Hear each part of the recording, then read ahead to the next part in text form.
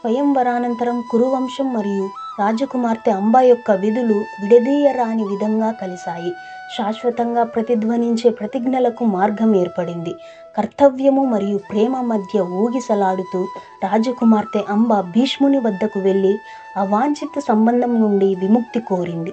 ఆమె హృదయం రాజు శాల్వ కోసం తపించుతూనే ఉంది. భీష్ముని అనుమతితో అంబ రాజు శాల్వుని వద్దకు వెళ్ళింది.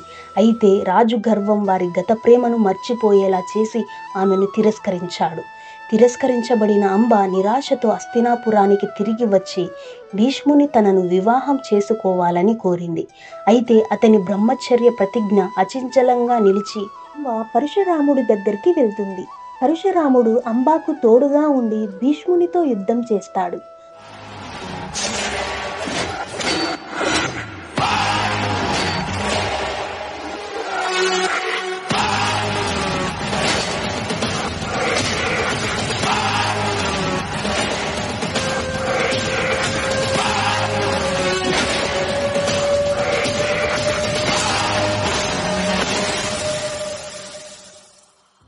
ఆ యుద్ధంలో బ్రహ్మాస్త్రం వదిలేటప్పుడు అంబ కఠినమైన తపస్సు చేసి శివుడిని ప్రత్యక్షం అయ్యేలాగా చేస్తుంది.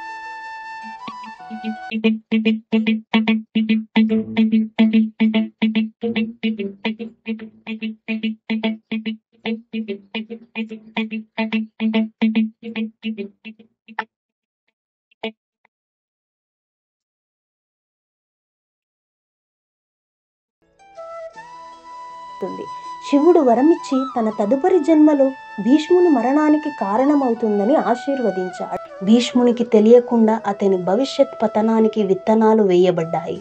తన అచంచల ప్రతిజ్ఞల నడుమ నైతిక సంక్లిష్టతలను ఎదుర్కొంటూ ఉన్నాడు. పంచాల రాజ్యంలో రాజు ద్రుపదునికి శిఖండిగా పేరు పొందిన శిశువు జన్మించింది.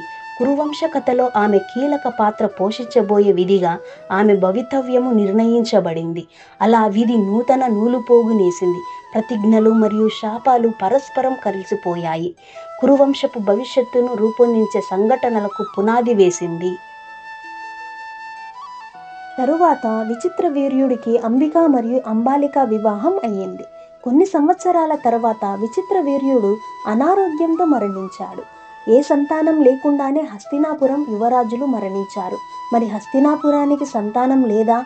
పాలించురాజు ఎలా వస్తాడు? తెలుసుకోవాలంటే తరువాత ఎపిసోడ్ చూడాల్సింది.